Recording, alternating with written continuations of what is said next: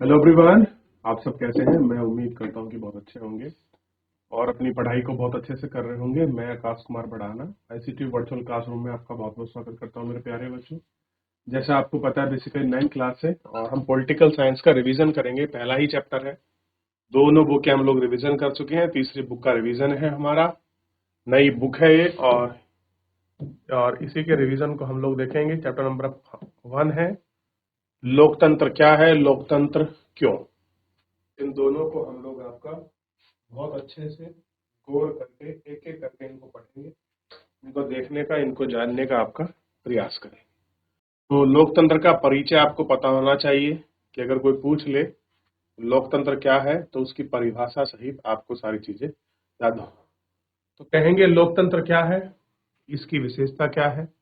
हम सरल परिभाषा के अनुसार शुरुआत करते हैं।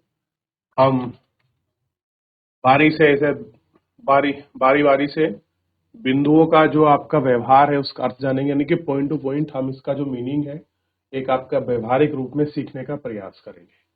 हमारा उद्देश्य किसी भी सरकार की लोकतांत्रिक की न्यूनतम विशेषताओं को चिन्हित करना है।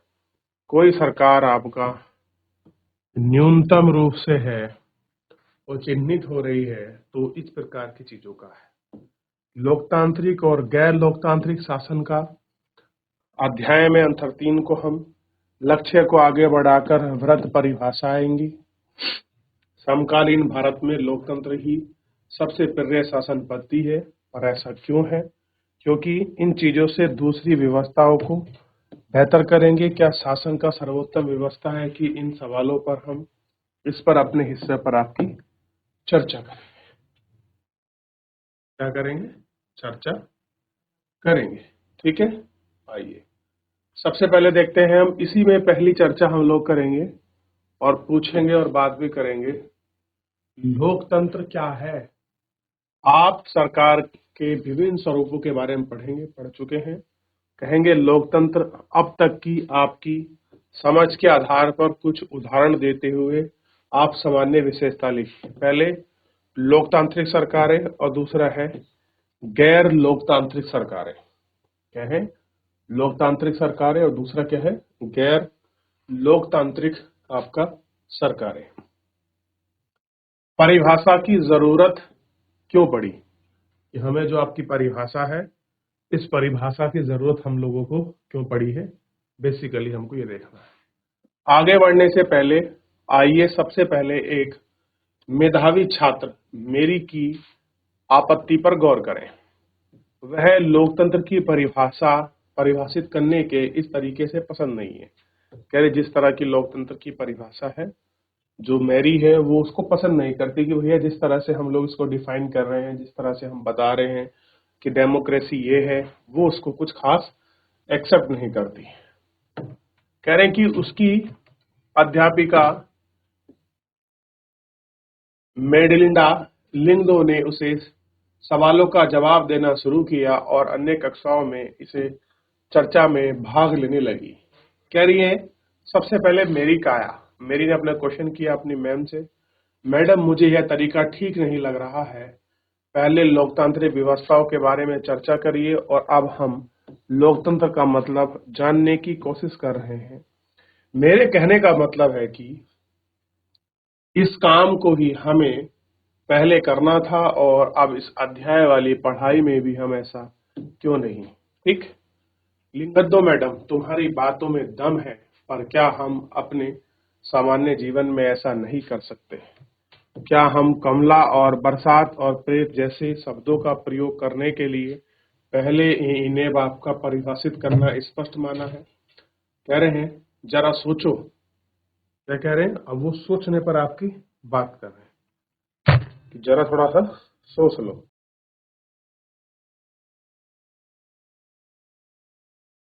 मेरी परिभाषा की जरूरत क्यों पड़ी? आखिर में मेरी को लोकतंत्र में डेफिनेशन की प्राइमरी एक्सेप्टेशन ही क्यों पड़ी, जरूरत ही क्यों पड़ी मेरी को? कह रहे हैं कि हमें परिभाषा की जरूरत तभी पड़ती है जब हम किसी शब्द का उपयोग करने में परेशानी होती है। जब हम किसी शब्द को करते हैं, प्रयोग करते हैं, तो उसको हमें पढ़ने में कुछ समस्या हो सकती है। ठीक, हमें बारिश की परिभाषा की जरूरत तभी होती है जब हम बूंदाबांदी और बादल फटने जैसी स्थिति, सामान्य बरसात का फर्क होना हो। लोकतंत्र पर यह बातें तब लागू होती हैं जब हमें इनके लिए ही स्पष्ट परिभाषा की जरूरत है, क्योंकि लोग इस शब्द का प्रयोग अलग अलग अर्थों के लिए करते हैं। बहुत अलग अलग तरीके से सरकार के मुद्दों को ही आपका लोकतांत्रिक कहा जाता है। अलग अलग मुद्दे हैं, अलग अलग तरीके हैं, जिनको हम आपका लोकतंत्र कहते हैं। ठीक है, अब कह रहे हैं री दियांग, लेकिन हमें परिभाषा बनाने की जरूरत क्या है। एक दिन हमें अब्राहम लिंकन का एक वाक्य सुना था, लोगों के लिए लोग और उसके द्वारा चलाने वाली शासन व्यवस्था ही लोकतंत्र है। गांधी जी एक कोटेशन के आधार पर कह रहे हैं कि जो अब्राहम लिंकन ने एक परिभाषा दी थी, एक कोटेशन दिया था, एक वाक्य सुना था, वही तो डेफिनेशन है। कैसे? लोगों के लिए लोगों और लोगों द्वारा चलने वाली शासन व्यवस्था ही क्या है? लोकतंत्र है। क्या है आपका? लोकतंत्र है। मेघालय में हम स्वयं पर राज करते हैं और इसे सभी लोग मानते हैं। हमें इसमें बदलाव की क्या जरूरत है? और कह रहे हैं कि हमें इसमें बदलाव की क्या जरूरत है। कह रहे हैं कि हमें इसमें बदलाव की क्या जरूरत है। लिंगादो मैडम यह कहती नहीं है कि हमें इसमें बदलाव करने की जरूरत है। मुझे यह परिभाषा बहुत सुंदर लगती है। जब तक हम इस मसले पर खुद से विचार ना कर लें, तब तक यह तय करना मुश्किल होगा कि लोकतंत्र की सर्वोत्तम परिभाषा है। हमें किसी चीज को सिर्फ इसी आधार पर स्वीकार कर लेना नहीं चाहिए कि उसमें किसी नरमी गर्मी आदमी से उसका बहुत कुछ अच्छा कह सके। सभी लोग उसे सही मानते हैं और कह रहे हैं कि नरमी गर्मी छोड़िए, जो लोग कह दे वो सही मानते हैं। योलंदा मैडम, क्या मैंने कभी या मैं कुछ कह सकती हूँ? मैंने कोई परिभाषा तलाशने की जरूरत नहीं है। मैंने कहीं पढ़ा था डेमोक्रेसी यानी यूनानी शब्द डेमोक्रेशिया से बना है। यूनान में डेमोस का अर्थ होता है लोग और क्रेशिया का अर्थ होता है शासन। तो डेमोक्रेशिया यानी लोगों का शासन। इस प्रकार डेमोक्रेसी का अर्थ निकलता है लोकतंत्र, अर्थात लोगों का शासन। यही सही अर्थ है। फिर भी क्या परिभाषा की जरूरत है? कह रहे कि अर्थ तो ठीक है, लेकिन क्या मैं वाकई में इसमें इसकी सही परिभाषा है? देखिए, लिंगदो मैडम पर इस सवाल पर विचार करने का यह बहुत उपयोगी तरीका है, पर हम इनमें इतना कहूंगी कि सिर्फ शब्द की उत्पत्ति उसकी परिभाषा से निकलने का तरीका हरदम उपयोगी नहीं है। कह रहे कि जो शब्द जिससे निकला है, अगर उसी के आधार पर अगर आप उसका परिभाषा निकाल लगे तो ये बिल्कुल सही तरीका नहीं है। और क्या है, आप इसे हर समय उपयोगी नहीं मान सकते कि भैया हर समय ये आपका वेरिएबल हो जाएगा, ऐसा नहीं है। कह रहे हैं कि समय और प्रयोग के साथ साथ उसका अर्थ बदलता रहता है। अब कंप्यूटर शब्दों को ही भले ही कहते हैं, यह लोग कंप्यूटरी अर्थी गणना शब्द बनता है। मुश्किल गणनाओं को सरलता से करने के लिए यंत्र को कंप्यूटर कहा जाता है। दरअसल ये बहुत शक्तिशाली कैलकुलेटर होते हैं, पर ये शायद आज कोई इसका कंप्यूटर का शब्द का प्रयोग करता है। अब तो कंप्यूटर का उपयोग लिखने, पढ़ने, डिजाइन बनाने, संगीत बनाने, सुनने और फिल्म देखने वही शब्द रहते हैं। समय बीतने का अर्थ है कि बदल सकते हैं। ऐसी स्थिति में सिर्फ शब्दों का ही मूल अर्थ भरोसा करना ही उपयोगी नहीं होता। और कैसा है, ये उपयोगी आपका नहीं होता। ठीक, मेरी मैडम आपको कहने का मतलब यह है कि इस विषय पर खुद सोचिए और कोई शॉर्टकट नहीं है। हमें इसका अर्थ गौर करने के योग्य है कि इसकी परिभाषा क्या होगी। लिंगा तो मैडम एक सही है। आओ हम इसमें एक काम कर डालते हैं। कह रहे कि अभी सब जो इतनी भाषा, ये इतना आपका डिस्कशन हुआ, ये कुल मिलाकर लोकतंत्र की क्या परिभाषा होगी, उसी को निकालने को लेकर ये सारी चीजें आपकी इनमें हो रही थी कि आप क्या कहोगे, क्या किसकी परिभाषा को कहोगे। तो इसमें बात कर रहे थे कि लोकतंत्र क्या है, डेमोक्रेसी क्या है, और अब्राहम लिंकन ने डेमोक्रेसी के बारे में क्या कहा है। इसी पर हम लोग अपनी चर्चा कर रहे हैं। पर आगे बढ़ेंगे, लेकिन आगे बढ़ने से पहले कोई भी क्वेरी, कोई भी डाउट हो आप मुझसे पूछ लीजिए, फिर हम लोग सीधा नेक्स्ट आगे बढ़ते हैं और उस पर जितनी भी चीजें हैं इम्पोर्टेंट हम उनको गौर करें।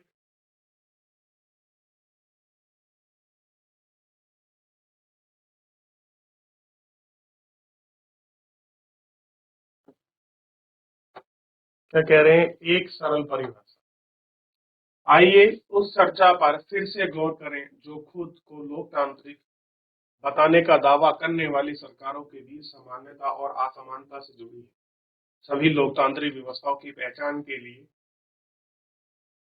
एक बहुत से ही सरल पैमाना था। लोगों के पास अपनी सरकार को चुनने का अधिकार होना चाहिए। कह रहे जो सरकार है उसको चुनने का अधिकार उनके पास होना चाहिए, यानी कि किस गवर्नमेंट को आना है इसका लोगों के पास क्या हो, इलेक्ट मतलब उनको चुनने का जो अधिकार है वो होना चाहिए। इसलिए हम एक सरल परिभाषा से शुरू करते हैं कि लोकतंत्र शासन का ऐसा रूप है जिसमें शासकों का चुनाव लोग करते हैं। इससे अच्छी परिभाषा कोई और हो ही नहीं सकती लोकतंत्र। लिख लीजिए, और ये क्या है? ये लोकतंत्र की परिभाषा है कि लोकतंत्र शासन का ऐसा स्वरूप, स्वरूप मतलब सिस्टम या तंत्र है जिसमें शासकों का चुनाव लोग करते हैं। ये तो डेमोक्रेसी है भाई।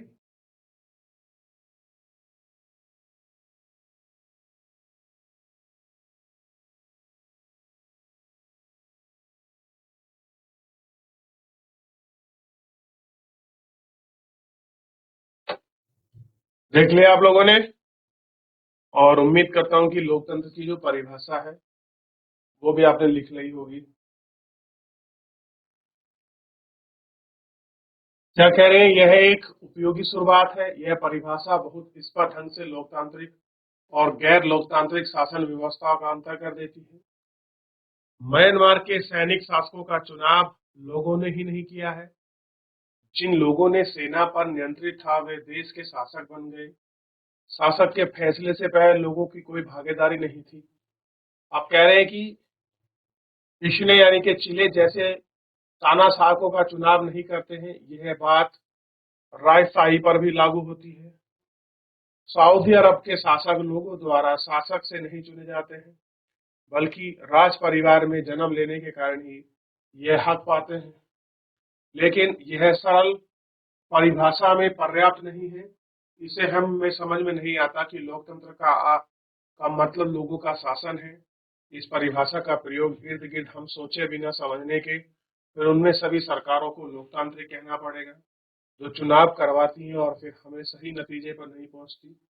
जैसा कि हम अध्याय 3 में देखेंगे कि समकालीन भारत, समकालीन दुनिया में हर एक सरकार चाहे लोकतांत्रिक हो या खुद को लोकतांत्रिक कहना या कहलाना चाहती हो, इसलिए हम असली लोकतंत्र की दिखावटी लोकतंत्र वाली सरकारों के बीच सावधानी पूर्वक फर्क करना होगा। कह रहे हैं कि एक तो वो है जो कह रहे हैं कि हम डेमोक्रेट हैं, लोकतंत्र है, एक वाकई में लोकतंत्र है, एक कहने के लिए लोकतंत्र है, एक दिखा रही है और एक करके दिखा रही है।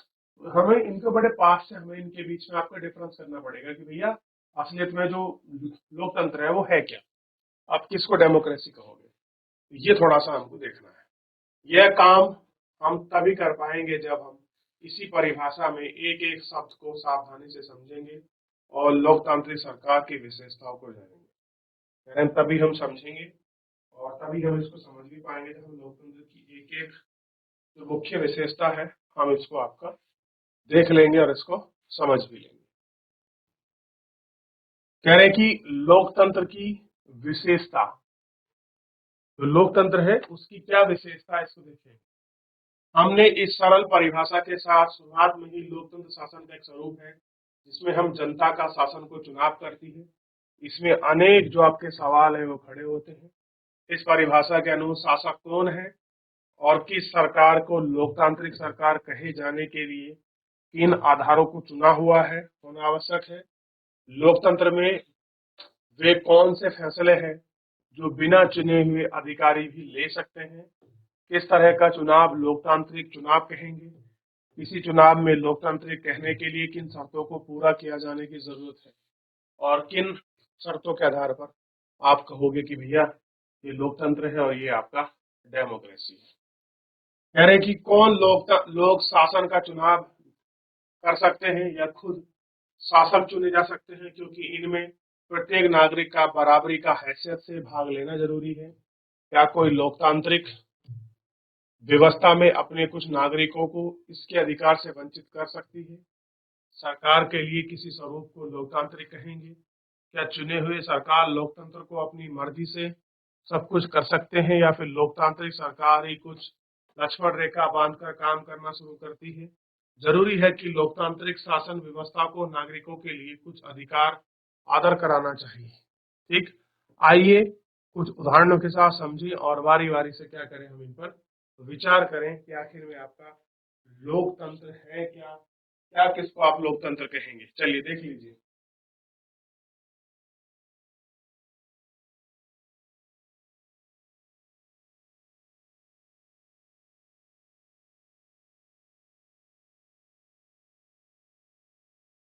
प्रमुख फैसले निर्वाचित नेताओं के हाथ। आप इसको भी देखेंगे कि कैसे आपका जो कुछ आपके इम्पोर्टेंट्स, जो आपके डिसीजन है, वो कुछ नेताओं के पास ही क्यों रह जाते हैं और लोगों के पास क्यों नहीं है। इस पर भी हम लोग आपका विचार करेंगे। चलिए आइए बारी बारी से हम इसको देखें, बात करें। पहले इतना पढ़िए फिर देखते हैं। देख रहे हैं बच्चों, गौर करते रहिए, कुछ भी डाउट हो एक बार पीछे थोड़ा सा आप लोग देख लीजिए। इतना आसान आप चैप्टर मान रहे हैं, इतना है नहीं बच्चों। इधर देख लिया, आगे बढ़े। अब बात करेंगे प्रमुख फैसले निर्वाचित नेताओं के हाथ। कह रहे पाकिस्तान में जनरल परवेज मुशर्रफ ने अक्टूबर 1999 में सैन्य तख्ता पलट की अगुवाई की। यानी कि पहले वहाँ एक आपके जनरल थे, उनका नाम था परवेज मुशर्रफ। उन्होंने क्या किया, तख्ता पलट कर दिया। तख्ता पलट का मतलब था लोकतंत्र को दबाकर सेना का शासन कर लिया। उन्हें लोकतांत्रिक ढंग से चुनी हुई सरकार को उखाड़ फेंका और खुद को देश का मुख्य कार्यकारी घोषित कर दिया। यानी कि जो सरकार चुनी गई थी उसको तो उन्होंने उखाड़ दिया और खुद क्या हो गए, देश के आपका सर्वे सर्वा हो गए कि भैया जो भी है सब कुछ वही है। बाद में खुद को राष्ट्रपति घोषित कर दिया और बोल दिया मैं क्या हूँ, इस देश का राष्ट्रपति हूँ, खुद को राष्ट्रपति। और 2002 में एक जन्म संग्रह कराकर अपनी कार्यकाल 5 साल के लिए बढ़वा दिया। और एक जन्म संग्रह करा दिया, लोगों इकट्ठा करा, कह रहा भैया 5 साल और बढ़ा। पाकिस्तानी मीडिया, मानवाधिकार संगठन और लोकतंत्र के लिए काम करने वालों ने आरोप लगाया कि जन्म संग्रह एक धोखाधड़ी है और इसमें बड़े पैमाने पर गड़बड़ी की गई है। अगस्त 2000 में इसे लीगल फ्रेमवर्क ऑर्डर के जरिए पाकिस्तान के संविधान को बदल डाला। इस ऑर्डर के अनुसार राष्ट्रपति राष्ट्रीय और प्रांतीय असेंबली को भंग कर सकता है। मंत्रिपरिषद के कामकाज पर एक राष्ट्रीय सुरक्षा परिषद की निगरानी करती है, जिसके ज्यादातर सदस्य फौजी अधिकारी हैं। इन अधिकारी के पास हो जाने के लिए राष्ट्रीय प्रत्येक असेंबली के लिए चुनाव कराएंगे। क्या कराएंगे, चुनाव। इस प्रकार पाकिस्तान में चुनाव भी हुए और चुने हुए प्रतिनिधि कुछ अधिकार मिले, लेकिन सर्वोच्च सत्ता सेना के अधिकारी जनरल मुशर्रफ के हाथ में थी। यानी कि चुनाव तो कराए, तो चुनाव कराने से क्या हो रहा है, लेकिन जो वहां की कुछ और पावर थी, जो मेन सेंट्रल पावर थी। अब देखिए, यहाँ है आपका शीर्ष का नेता और ये सारी सरकार को तुमने चुनकर जनता के तक यहाँ तक भले ही पहुंचा दिया, लेकिन जो शीर्ष है, इस शीर्ष पर किसका राज है, आपका तानाशाह का। तानाशाह कौन है, जनरल परवेज मुशर्रफ। यानी कि स्पष्ट है कि जनरल मुशर्रफ के शासन में पाकिस्तान को लोकतंत्र न कहने के अनेक ठोस कारण हैं। यही नहीं, सिर्फ एक कारण यही है कि चर्चा करते हैं, क्या हम कह सकते हैं कि पाकिस्तान के लोगों ने अपने शासकों का चुनाव किया। हम ऐसा कह सकते हैं कि लोगों ने राष्ट्रीय और प्रांतीय असेंबली के लिए अपने प्रतिनिधि का चुनाव किया, लेकिन चुने हुए प्रतिनिधि वास्तविक शासक नहीं थे। वे अंतिम फैसला नहीं कर सकते। अंतिम फैसला सेना के अधिकारी और जनरल मुशर्रफ के हाथों में। यानी कि बेसिकली अगर आप देखोगे तो फुल पावर किसके हाथ में थी, सरकार के हाथ में थी। अधिकारी और परवेज मुशर्रफ के हाथों में तो जनता नहीं चुन सकती थी। ऐसा तानाशाही और राजशाही वाले अनेक शासन व्यवस्था में औपचारिक रूप से आपका चुनी गई। सत्ता और सरकार तो होती है, लेकिन असली सत्ता उन्हें लोगों को हाथ होती है जिन्हें नहीं चुनी जाती। कुछ देशों की असली ताकत देशों की शक्तियों के हाथ में रहती है, न कि चुनी हुई प्रतिनिधियों के हाथ में। कह रहे हैं कि जो असली ताकत है वो कुछ लोगों के पास ही पहुंच जाती है, विदेश शक्ति के हाथ में रहती है, और ना कि आपका चुनी हुई सरकार में। आप बताइए, जिसकी रियल पावर अगर किसी विदेशी ताकत के हाथ में है, और भले ही आपने प्रतिनिधि चुने हैं, क्या वो आपका डेमोक्रेसी है? आप उसको डेमो कहोगे? आप डेमोक्रेसी कहोगे? क्या वो लोगों का शासन है? क्या लोगों की जनता के द्वारा आपका चुना गया शासन है? नहीं। इसे हम लोकतांत्रिक शासन व्यवस्था की पहली विशेषता पर पहुंचते हैं। लोकतंत्र में अंतिम निर्णय लेने की शक्ति लोगों द्वारा चुने हुए प्रतिनिधियों के पास होनी चाहिए। सबसे प्राइम व्यवस्था है, अगर कोई भी डिसीजन लेना है तो लोकतंत्र के अंदर अंतिम निर्णय लेने का अगर किसी को अधिकार है, तो वो शक्ति लोगों द्वारा जो आपके चुने गए प्रतिनिधि हैं उनके पास ही होनी चाहिए। कैसे है? उनके पास ही होनी चाहिए। ये आपको विशेष रूप से ध्यान रखना।